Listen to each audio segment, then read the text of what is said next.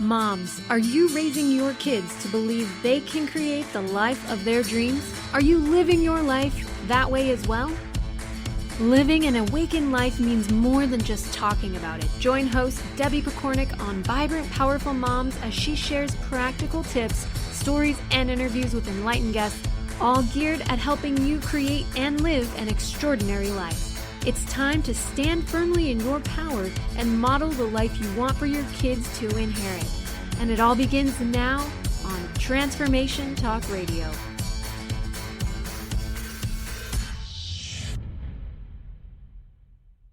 Welcome to the Vibrant, Powerful Mom Show. I'm your host, Debbie Pokornik, and my mission is to help you create a life you love at work, at home, and at play.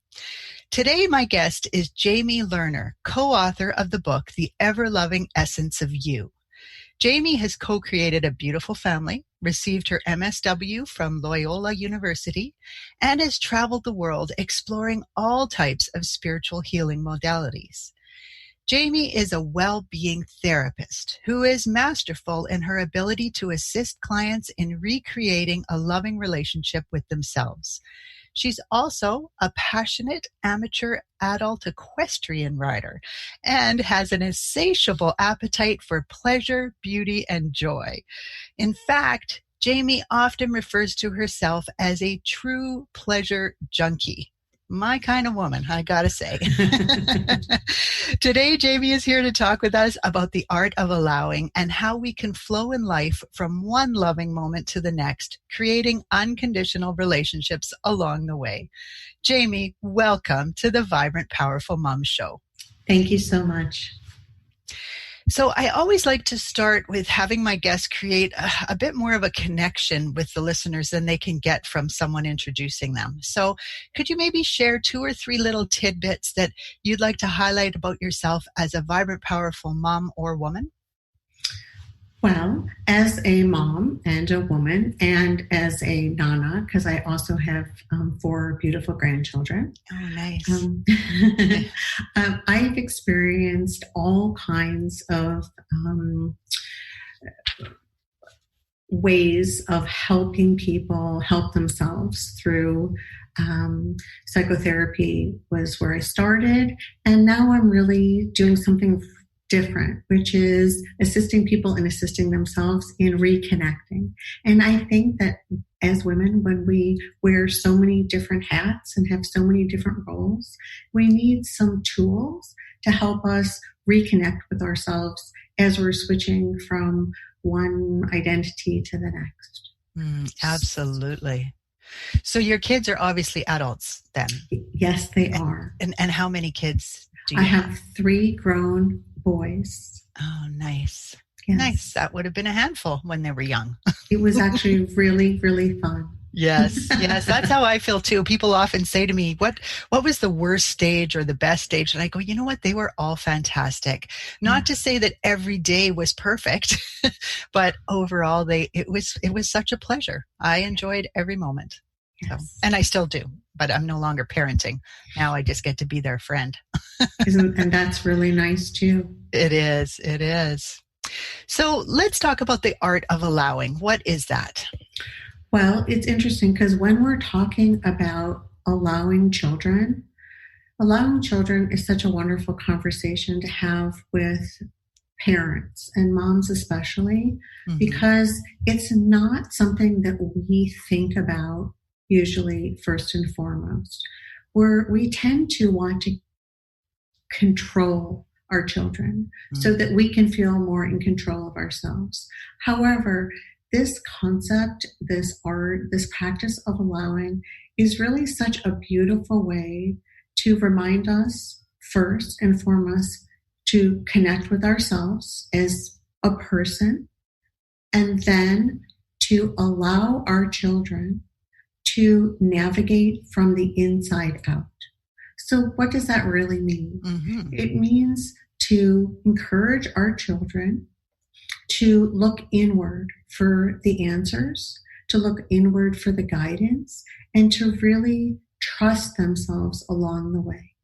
However, it would be really helpful if we did that as parents first. So, model it. well, Right? yes, exactly. Because oftentimes, as parents, as soon as we step into that role, we remember all the mistakes that we made. And we want to stop our children from making those mistakes. Instead of just relaxing into those moments, reminding ourselves that they were moments of contrast that really got us to where we are today. And then remembering that, yes, we can trust ourselves as adults and we can send that same message to our children. So, Nice. as a parent and then as a nana, I have never asked my children to go through the polite steps of saying please and thank you, to say their name when they're asked, to have the kind of manners that really teach our children to become parrots. So we're asking them to just do what we want them to do with the public, with our other family members, so that we can feel better about ourselves, instead of allowing our children to have a genuine response. Right. So when someone asks my children their name and they didn't answer, I would simply say, this is Zachary, this is Michael, this is Chris, and just model that behavior. Or if somebody gave something to my granddaughter, I would just say thank you. And she, over time, would begin to figure out if she felt thankful or if she didn't. But when she did feel thankful, that became an intuitive, genuine response from her. Nice. That's really interesting to me. I haven't seen or met a lot of other parents that do something like that. And with my kids, I did trigger them to the moment. I might say something like, wow, that was really nice of them. And they understood just from conversation and that, you want to give something back, or if you want to let that person know that you liked what they did, here is a good time to say thank you. So I never told them they had to say thank you. I never even told them they had to say please. I simply had that conversation with them and then would sort of cue them to it by saying something like, wow, that was really nice of her, and or something similar to that. And my kids were really good at sort of recognizing and using their manners then. And the reason I bring that up is just because I can feel that there's probably some listeners going, okay, well, there's no way I'm not teaching my child manners. So, but I love what you said there about giving them the chance to really internalize the message. That's so important. Yes, because I think that we have really trained our children to look outward for prompting at all times. And instead of them not looking outward and really getting in touch with what they're feeling and then making a choice to either respond or not to respond, knowing that there's no consequence.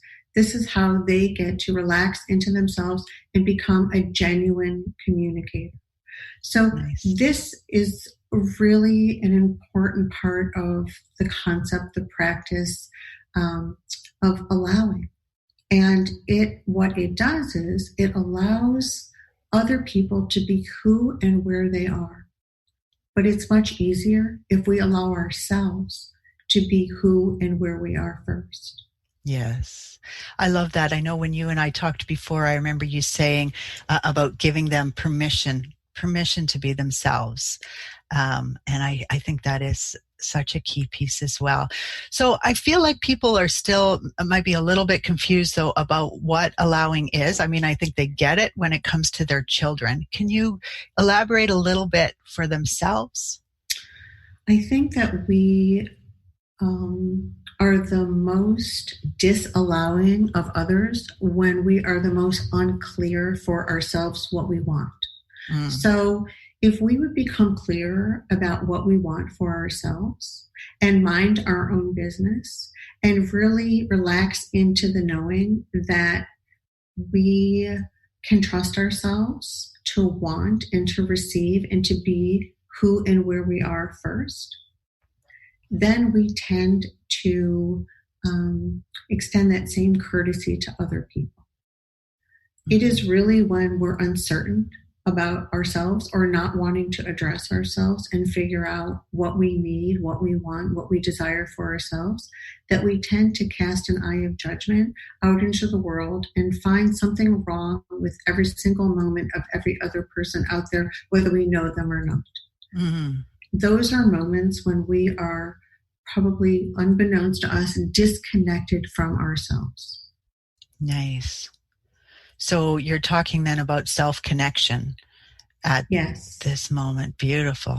Yeah, and really, really tuning into that. I can feel how, a lot of people at this moment might be taking that breath and going, oh, yeah, you're right. Like the times where I'm snappiest with other people or most judgmental of other people are when I'm feeling uncomfortable about something. And that uncomfortableness, or if that's a word, that being uncomfortable is often connected to being uncertain. And I think that especially for women, we tend to not give ourselves permission to nourish and nurture ourselves into connection. Mm. And I think that is essential, because until we are able to do that for ourselves, we really have nothing else to give to another. And then in no time at all, we're feeling very resentful for the very people that we have chosen to care for. And it becomes a very confusing and conflicting message for all the people around us. So it's an easy thing to untangle if we would start with ourselves and address ourselves even for 10 minutes first thing in the morning, and find something to appreciate about ourselves. It could really be anything, but it sends such a nice message to ourselves and to others around us that yes, we're important, that we matter, that we are of value because we are taking the time to value ourselves. Nice. So that could be like a first step. If a woman wanted to take what you're saying and to start creating an extraordinary life for themselves, that would be a place to start, right? Absolutely. It is nice. So effective. Nice. And then, what if they're maybe kind of unclear themselves? You said that clarity is such an important part. So what if they're unclear about, what they really want or what really they're really passionate about, that kind of thing? Well, I think it's important to, once again, give listeners and people permission to ask themselves that question. What is it that I really want?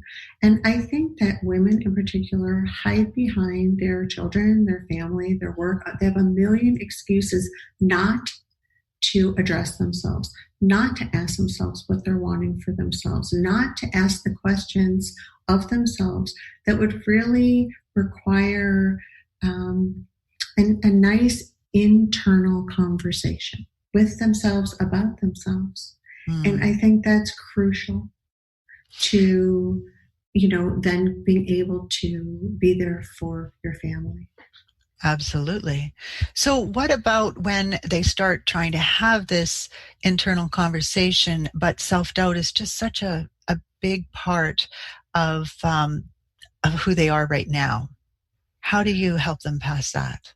Well, I think that if we could isolate some of that mind chatter and isolate some of that conversation daily that we're having with ourselves, we could only laugh about it, because really we would not speak to another person the way we speak to ourselves throughout the day. So true.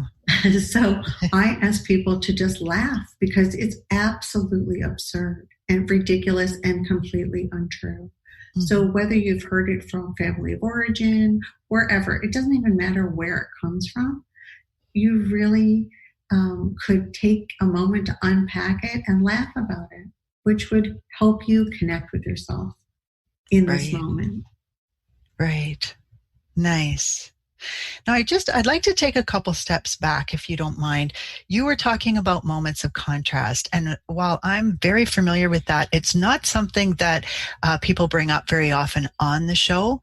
And so I would love for you to talk a bit more about those moments of contrast and the value in them.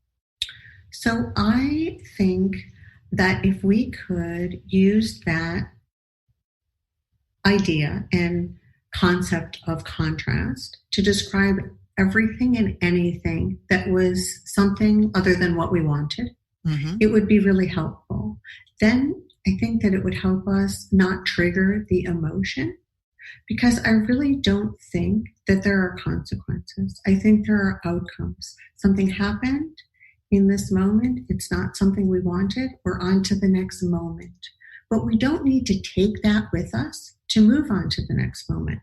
We just have become very clear that we don't want that. So when we have contrast, we birth a brand new desire. And if we can focus on the desire as we move into the next moment, it's amazing how that momentum carries us forward. Nice. Yes, absolutely. And there is a perfect time where if you can't just shift gears, to use the laughter, right? Because it's often very funny. All day long. It is funny. Yes. But it is only funny. And it doesn't have to be anything more than funny. Yeah. Nice. Nice. So let's go back to one of your questions here about how can we shift our relationship with ourselves in order to create better relationships with our families. Now, I know we already kind of touched on the self-connection piece, but can we just flesh that out a little bit more for people? Well, I think that once again, any moment that you catch yourself or find yourself in judgment of another, that is a wonderful opportunity to remind yourself that you are in this moment disconnected from yourself.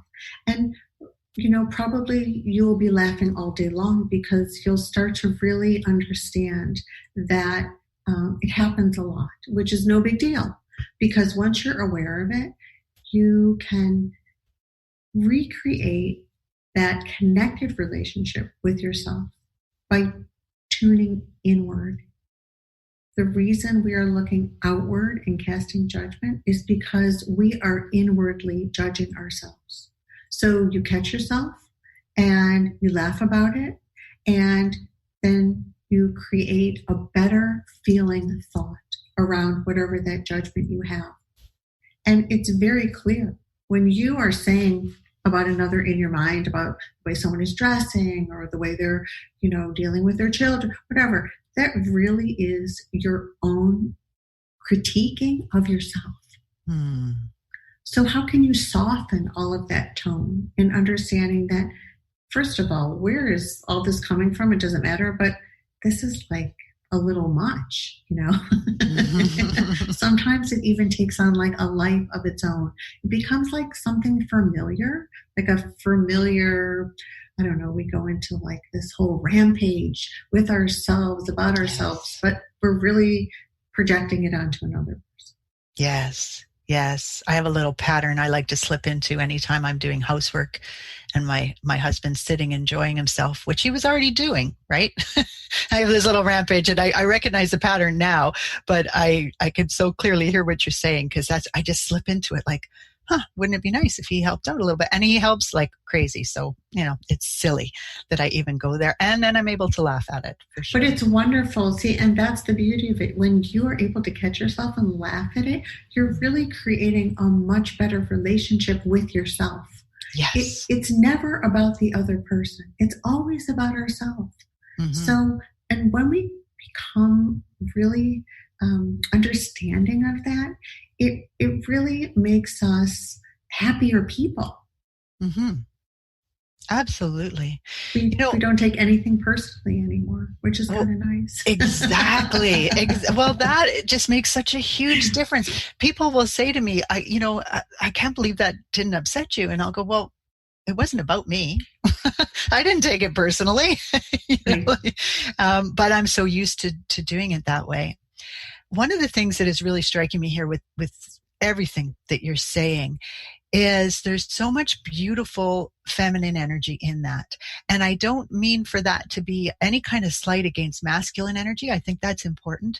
But I do think that a lot of what we've put out there as a feminist, for example, has been very much getting women to be more masculine as a way to stand up and take back some of their power forcefully. And you're saying the opposite.